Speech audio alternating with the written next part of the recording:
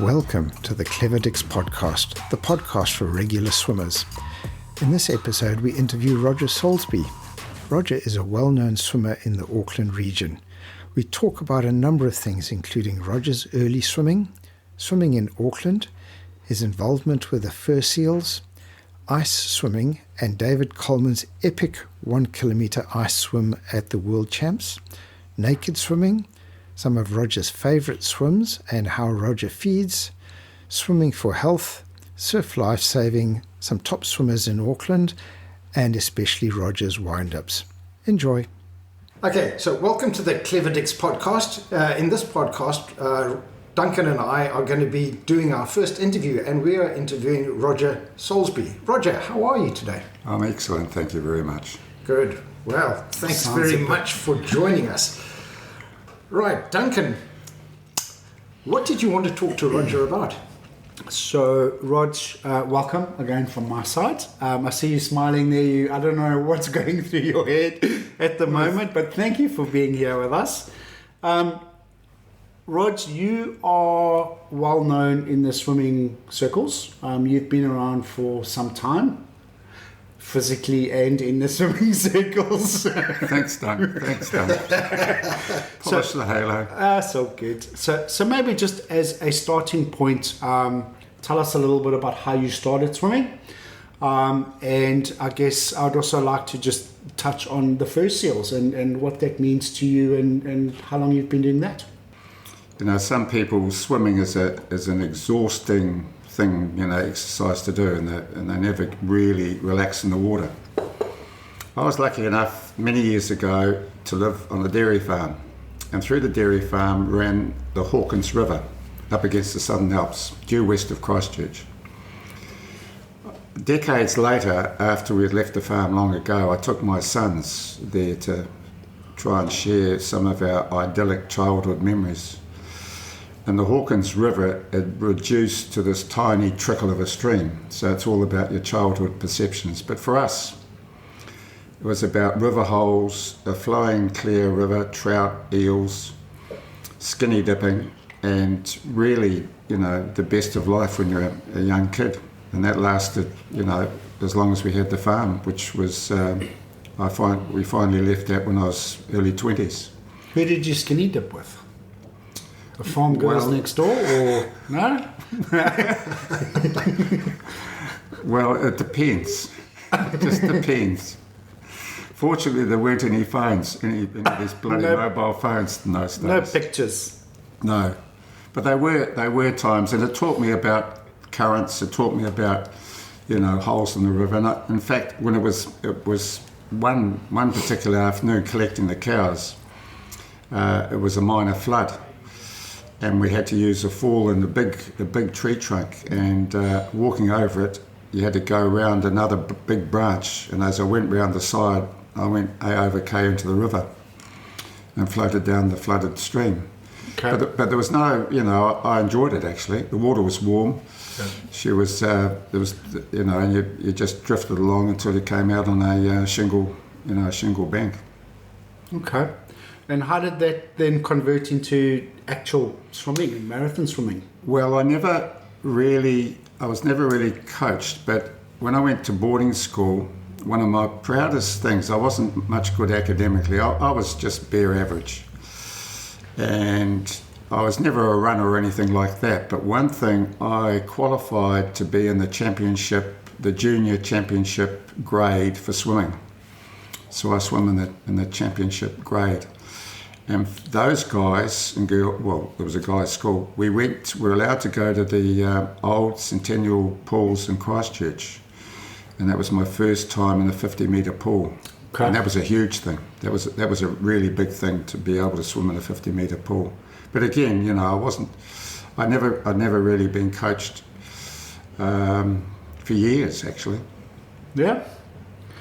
What stroke did you swim? Freestyle? Freestyle. Yeah. Well, actually, I by default I started with breaststroke in the creek and that sort of stuff. I suppose breaststroke carries straight on from skinny dipping, really, right? Of course, yes. Okay. So fast track a couple of years, and you are Auckland based. Yep.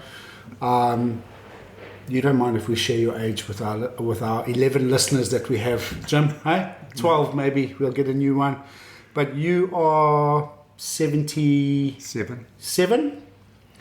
You look like you're 37. Oh, you can keep talking. Excepting for the eyebrows, you need to. At the best part of your face. The best part of your face. Okay. 77, and how many times a week do you swim at the moment? Well, it's not about how many times, really. I swim on a daily basis. Yep. And unless I'm crook, which is very, very rare, Yep. or I'm out of town or landlocked, Yeah. that's the only time I don't swim. And it's all ocean, right? Nothing in the pool. Well, I have been known to look at the black line, but there's a funny thing. Mentally, I find the pool, it's thin water, and I find starting off and doing lengths, and there's almost a mental, debate going in my head. Oh, I've got to do another length, got to do another length. Yeah. And it's not until I get, say, halfway through an hour swim that I'm on the downhill side, as it were, that I actually start to enjoy it. Okay. It's a little bit harder work in the pool. Yes. Okay. Yeah. Maybe it's because you don't have your wetsuit on, yeah? Exactly. Exactly. Okay. So, talk to me about the fur seals. Yeah, well, the first seals actually began as Emil's Eels. French guy, I think he was, Emil. Yep. And he began in the late 1980s and actually ran organised ocean swims. Some quite significant, and he was always thinking of, he's sort of a lateral thinker in the ocean. Emil's Eels traversed into the fur seals, and I remember when I shifted to Auckland in 1991. I'd done a little bit of sea swimming, but not very much, because getting out to the yellow buoy line, which is only about 260, 300 metres, was a very big deal. Yep. Very big deal. Depending on I'd never ever go out if it was rough. Yep. So I joined Auckland Central Masters, and that was when sort of hand in hand with the fur seals, because I wanted to get together with a group that swam on a regular basis in the sea. Yep. And a lady by the name of Margaret Henley, I was sitting at the sheds, outside the sheds at St Heliers on a Saturday morning, and Margaret was there, got into conversation, and she really is the matriarch of the current fur seals group that we are world famous for. Yes, you are world famous, yep. And that was about 2007 or so. Okay, and it's been part of your daily life pretty much since then, right? Yes. Okay. Yeah. So, Auckland Central Masters, and you've also done a little bit of work with New Zealand ice swimming. Rumour has it that you're the president of New Zealand ice swimming, right? Well, I think you had a bit to do with that in the background. No, I didn't. Oh, I think that is, in fact, the case. I think Duncan probably voluntold almost everybody on the ice swimming committee what they were going to be doing. And he certainly did it to me. Okay. So, what's your view on ice swimming? Is that, is it a growing sport? Is it just a bunch of guys like me with low IQs and no friends that participate, or where's it going? Where's it going to be in? Well, to give it some context, again, I was reminiscing to myself. I remember sitting down with you over a cup of tea. You at that stage were sponsoring Auckland Central Masters. Yep. And we're having sort of our 6-monthly catch-up. Yep. And I think it was about 2017, or thereabouts, maybe 16. But anyway. English tea and muffins? Earl Grey, thank you. Earl Grey, okay, yes. Anyway, and you started talking about ice miles, but more particularly, you wanted to know where in New Zealand the water got below 5 degrees. Yep, I remember that conversation, yeah. So I went away and did some research, and I grew up, not a stone's throw, but within 40 minutes of Lake Linden, Southern Alps, due west of Christchurch. And that used to freeze, that used to ice over every winter. So I went away and did some homework, came up with Lake Linden, and there was I had a mate in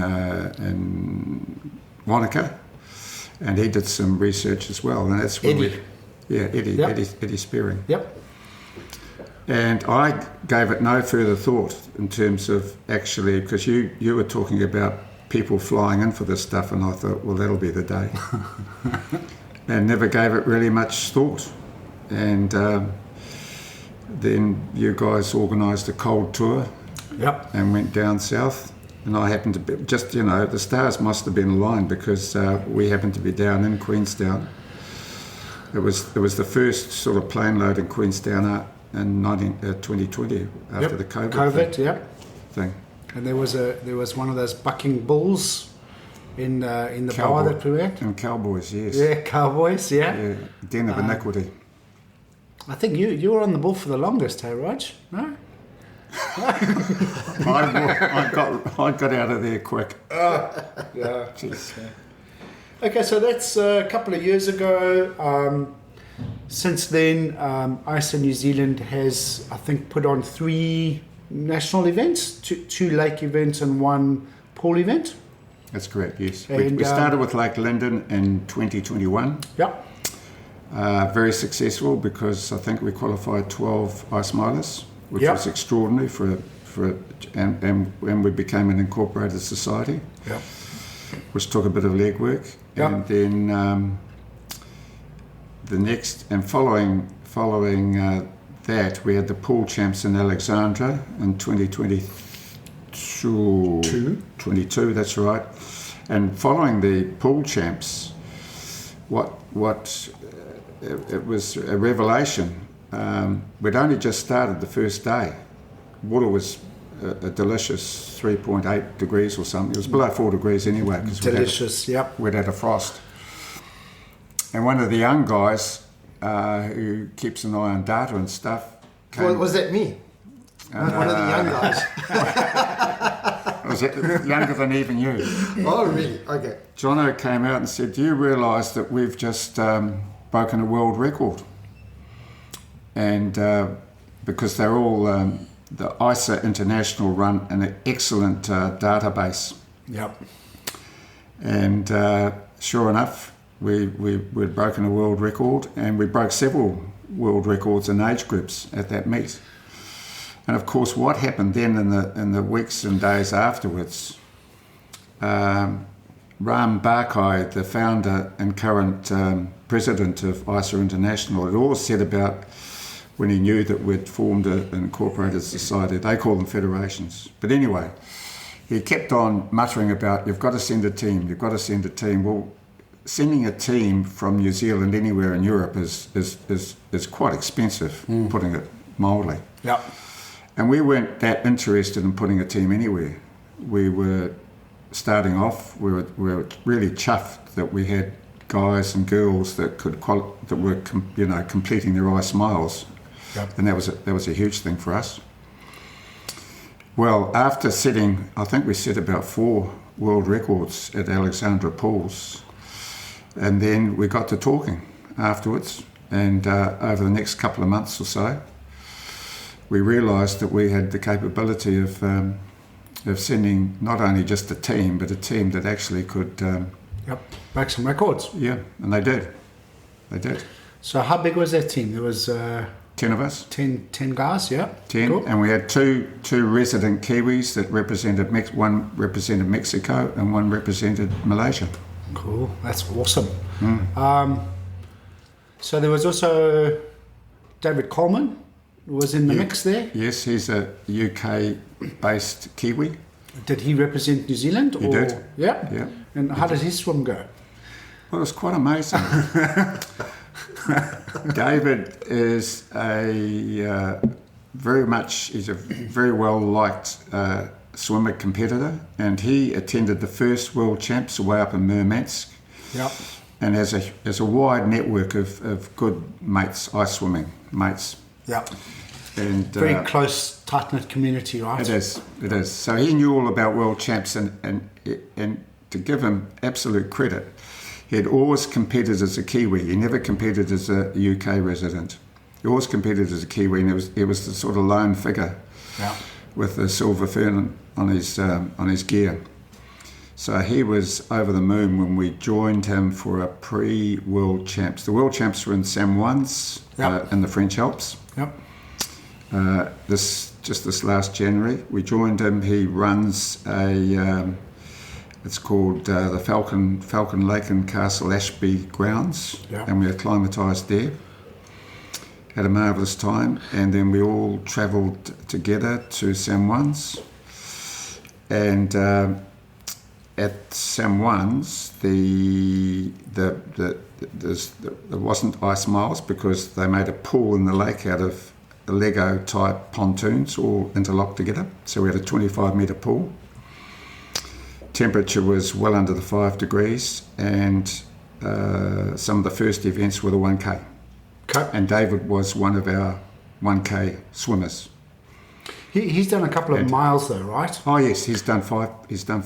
Five Cool. ice So miles. he's right up there in terms of Kiwis that have done multiple miles. Yeah. I think first or second. There's a resident Kiwi, Simon Oliver, based in Canterbury, who swims in Lake Linden, and he's also done a similar amount of He's ice also miles. done about 5, four Yes. or 5. Okay, Yeah. cool.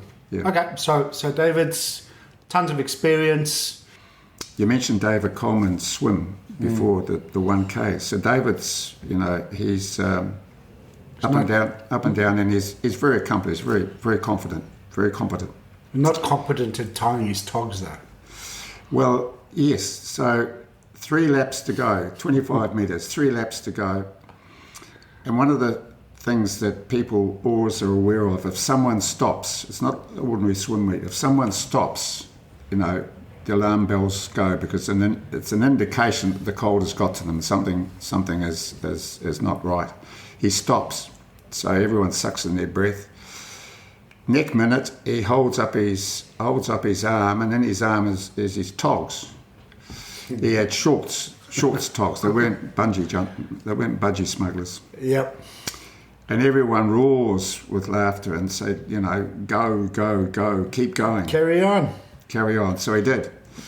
And he got to the end, and there's the champs referee plus his buddy. All the swimmers have to have buddies at the end. Yeah. And they're waving him on. It didn't matter whether he had butt naked. Yes. Like It didn't 2 or matter 3 whether he had degree togs or not. waters. And he did. It slapped a hell of a time trying to swim with his togs in one hand. But anyway, he got to the end and he threw the togs up and away he went. And he had 2 full lengths to go. And of course, the crowd just absolutely loved it. That's a world record of sorts there, I'm sure, right? Yeah. World first. Yeah. So he did. He completed it with distinction. Okay. Lots of photographs of that, no? They are confidential. Okay. I need to find those from you. David, if you're listening, please send us a copy. Any questions from you, Jim? Well, yeah, it's quite an impressive story. I suppose the question from me is what next for you, Roger? Where do you see yourself going or Well, just as a matter of clarification, I always feel a little bit of a fraud in this game because physically, I've tried this ice swimming business, and there's a pool on Haas Pass called the Blue Pools, and I've actually been able to swim it, and it's about 9 degrees, but it takes me about 6 minutes of getting in it, submersing. Before my arms, it's my arms that I have trouble with. The blood leaving my arms is excruciating. So I realise it's not for me, but I just think that the people that engage in it are incredibly inspirational, and people from all walks of life. I agree. my problem is not with my arms, it's more with my head.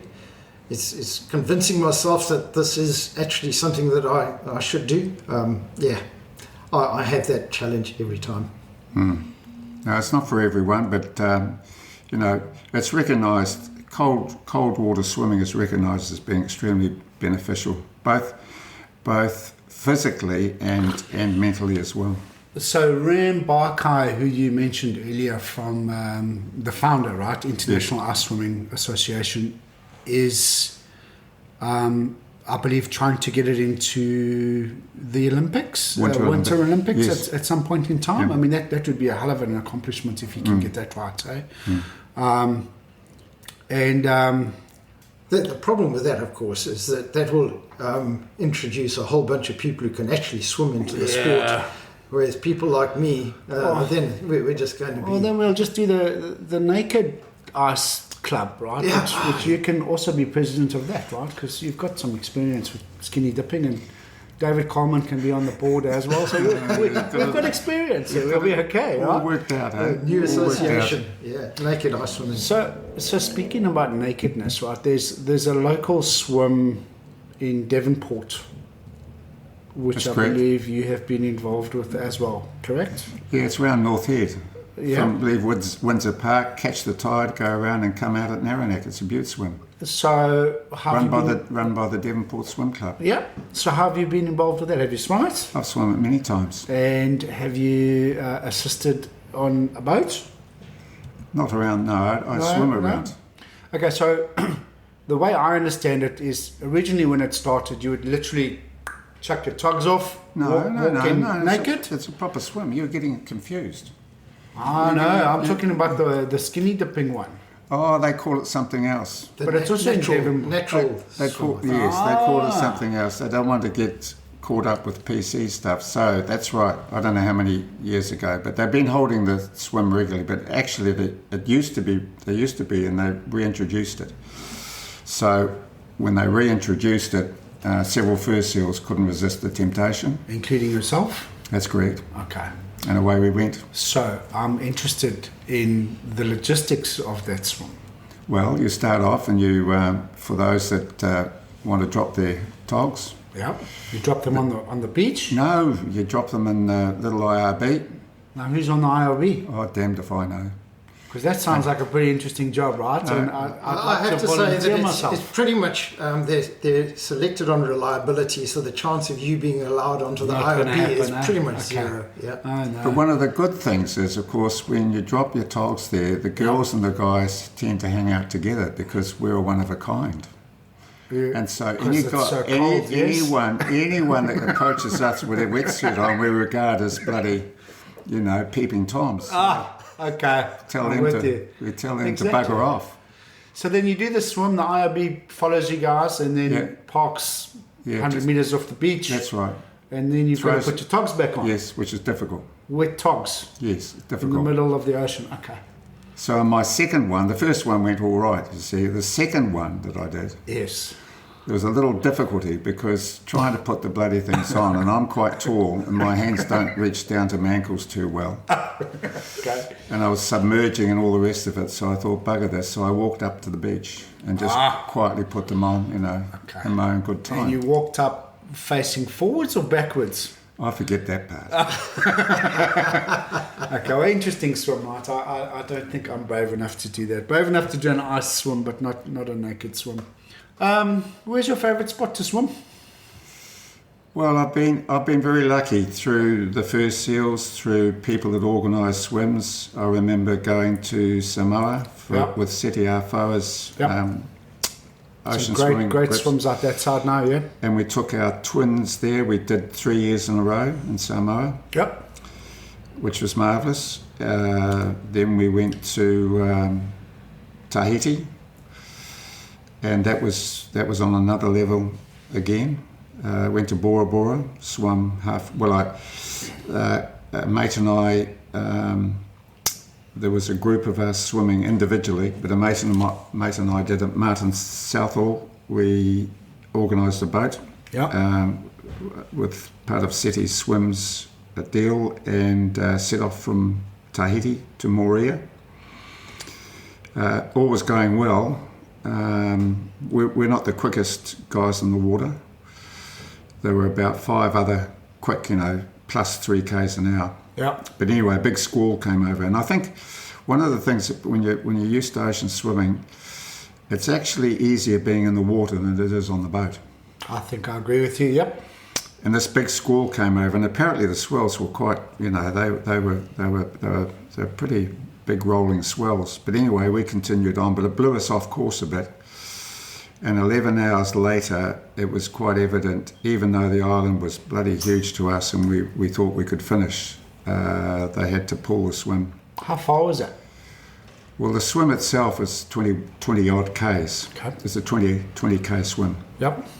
And we did about, by the time we finished wandering over the ocean, I think we ended up doing about 18 Ks. But in fact, we still had 4 or 5 Ks to go. Okay. You going to go back and finish it? Yeah, it's difficult. Until that swim, I'd never had a DNF. Yeah. And it took me, and there's probably a residue of unfinished business. Never say never. Yeah. But anyway, we followed that up. You're young enough to do it, Rog. Of course, yes. Thank Plenty you. of time. Yes. Go and crack it. Yes. So we followed that up, and I swam halfway around Bora Bora, and again the wind blew up. Yeah. So I swam from the Sheraton. Anyone knows Bora Bora, swam from the Sheraton Resort round on a clockwise. Yeah. Round to Marlon Brando's his old bureau over the water. I see a mate of ours swam around Bora Bora yesterday, right? Yeah. Nick Edwards. Yes. Yeah. Yeah, did it very well. Yeah, man, he cruised. Hey, I saw a video of him. He was looking like he was on a holiday camp. He looked so good. I mean, he's super fast, super fit, and I think he did, as far as I'm aware, the full circumference in about 7 hours, somewhere there. I have to say that I was there when Jess Evans Yep. did it. She did it a couple of days before Martin and I had a go at it. Yep. And she knocked it out, I think, in under 5 hours. She's a 4K an hour plus She's a swimmer. legend, eh? Yeah, I can only do 4 k's an hour in the car, eh? from Australia. Wow. What do you feed with while you're swimming? Is there anything that works for you in particular? Yeah, I know a lot of people spend a hell of a lot of time agonising over the various fluids, all the properties of the fluids and all the rest of it. So after trying, one or two of the usual, over-the-counter stuff, I found that the simplest is best. And you may be surprised, chocolate fish. Chocolate fish. Chocolate fish. Like fish or the sweetie fish? The lollies? Sweetie fish. Chocolate fish. Just Like chocolate. marshmallows. That's it, you've got it. Okay, yeah, cool. Chocolate fish, and I used to, name escapes me, can't get it anymore. Okay. But simple stuff, but I've settled on honey, warm water. Warm water is important. Warm water, and with a couple of liberal doses of Manuka honey in it. Okay. Nothing solid. Yeah, chocolate fish. Okay. Okay, I'm with you. You've got to be able to, there's nothing worse than crunching on a muesli bar or something like that and it's stuck behind your tongue because I can't swallow while I'm swimming. And, one of the things when you're feeding, if you're going to sit there feeding, you're going to lose 10 minutes just like that. Yeah, I agree. Okay. And what does like a post-swim look like for you? I mean, so you finished, you've knocked out a 20K and you... No, just be reasonable. I've seen you swim 20Ks. You came down to one of my charity swims and knocked out a good 20K. Jump in the car, drive home, put Netflix on, put the Barbie on, or do you just collapse in the couch and fall asleep for a couple of hours? I tell you, this is for those listening. You can block your ears.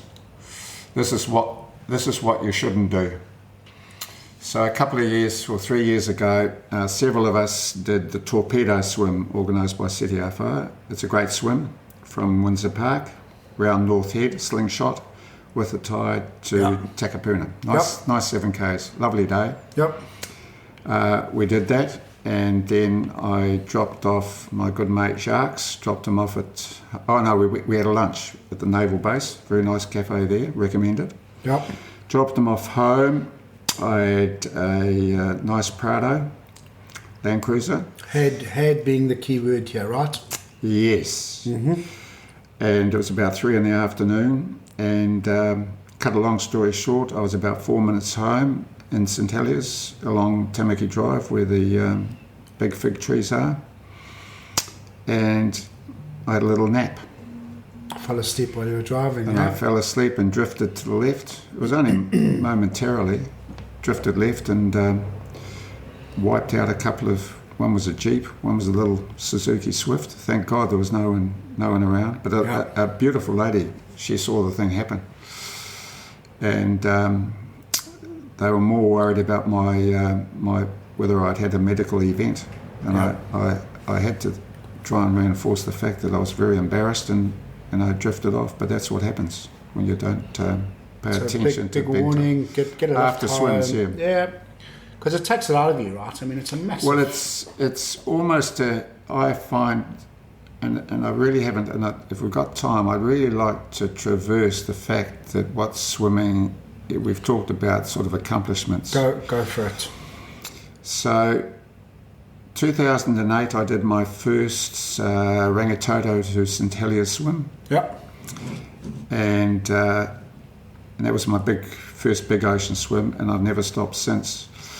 But during the 1990s, particularly the 1990s, I would spend every 18 months either hospitalised or paralysed on my bed with severe back spasms.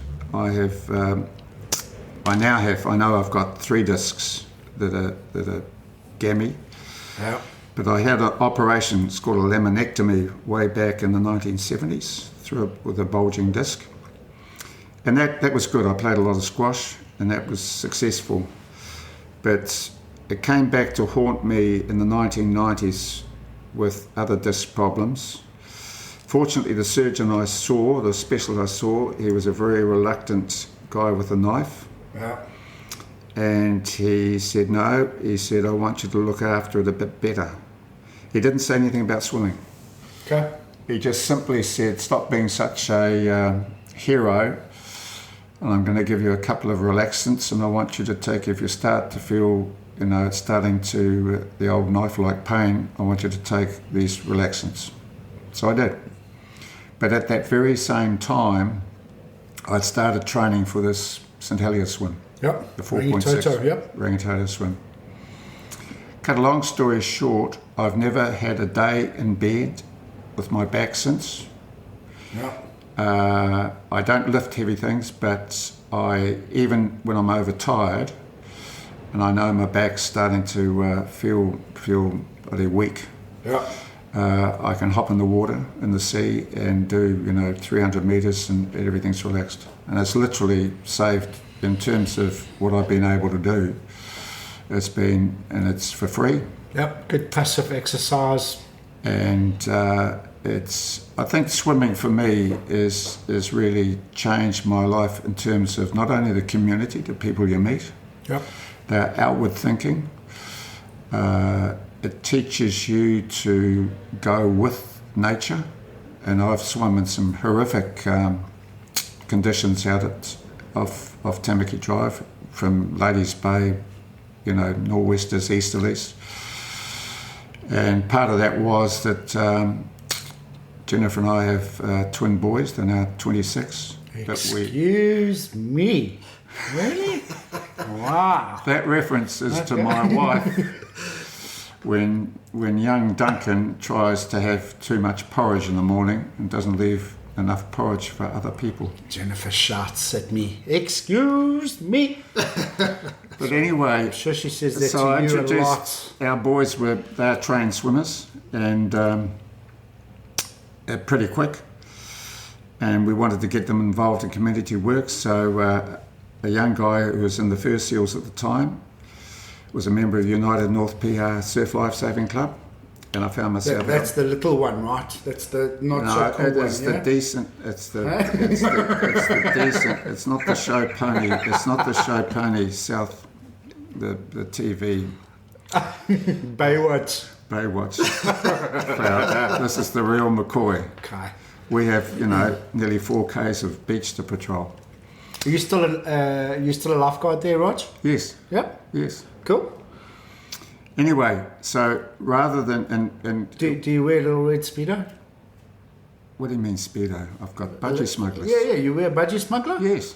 And UNPLS. Chest puffed out, Ray-Bans on when you're walking up and down the beach. Whistle? No? Like David Hasselhoff, I'm the right? grey-haired old fogey. Moaning at everybody. But it was another, and again, the swimming community, because the club in particular has, they're on third or fourth generation people. Yeah. When I see that surf out there, my heart's in my mouth. I can swim any day of the year in any conditions in the Waitemata. Yeah. But it's got nothing on sea conditions out on the west coast. Yeah. So that was another learning experience. So your whole life revolves around water in one form or the other, right? A lot of your friend circles are swimmers. Yes. Excepting me and Jim, because we're not cool enough to hang out with you on the weekends. Well, it's been, and I've loved the association. Every week I send out a first seal muster. Yep. There's about 200 on the emailing list. It's worldwide now, because people, when they move away, I said, look, if you want to drop off the list, just let me know. But no one ever seems to want to drop off the list. And I've met people from around the world, and I follow people that do the Ocean 7, which is the 7 major distance swims, well known in swimming circles. And it's a world, the worldwide community is amazing. You can talk to a couple of people and you can probably cross off every single person who's done any swimming of merit. Is there any one of those Ocean 7 swims that you would be keen to have a go at? No, thank you. No, just too far, too No, silly? my limitations. And father time is not on my side. Cool. And It's I am a experience plotter. though, Rog. Yeah, of course it is. I mean, what's on the bucket list? What type of swims do you still want to get done? Or local, Well, it's funny you should international? mention that. We are just on the point of entering a swim camp, swim adventure really. Yep. Dusky Sound, Yep. South Island, with Fit and Able. Dan Abel, yep. He's also a Able legend, yep. And Chloe Harris.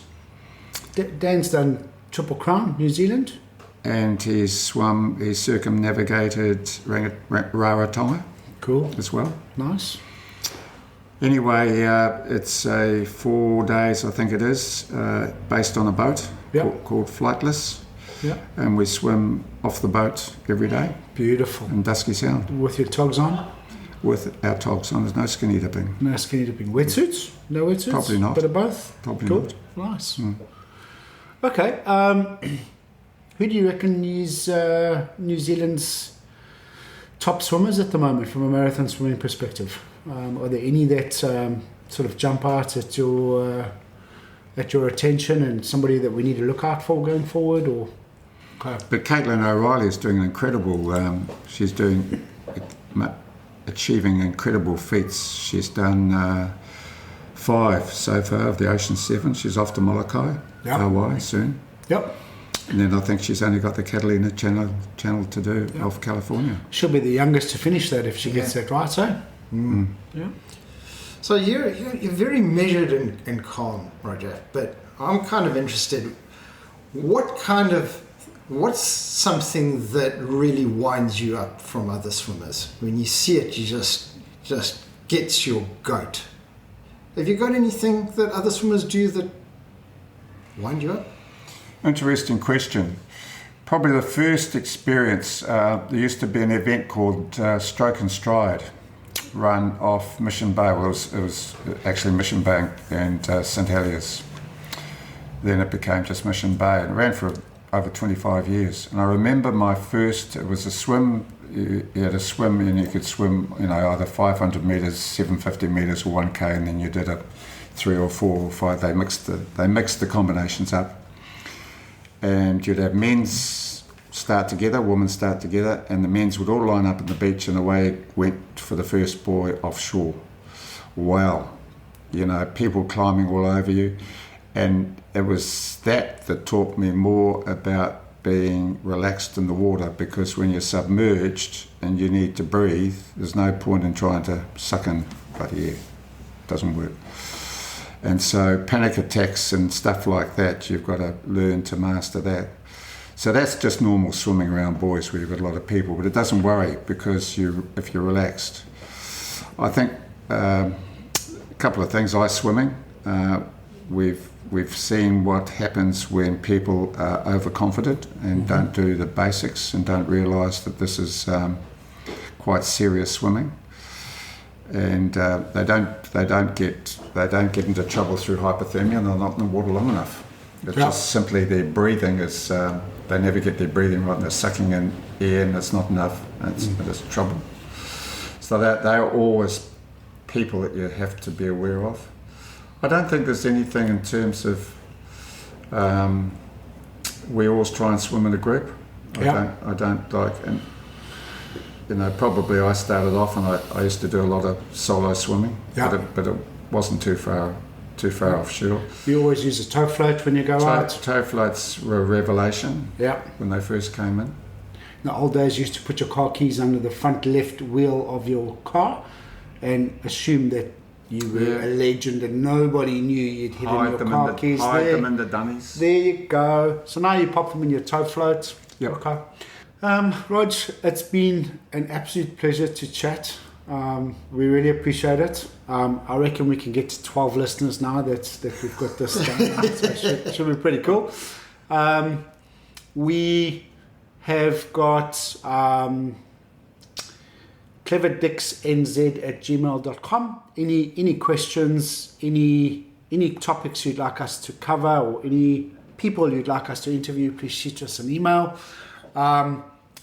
Roger, you are a legend, whether you like to hear it or not. You've got great respect out there in the community, and we appreciate everything that you've done for swimming.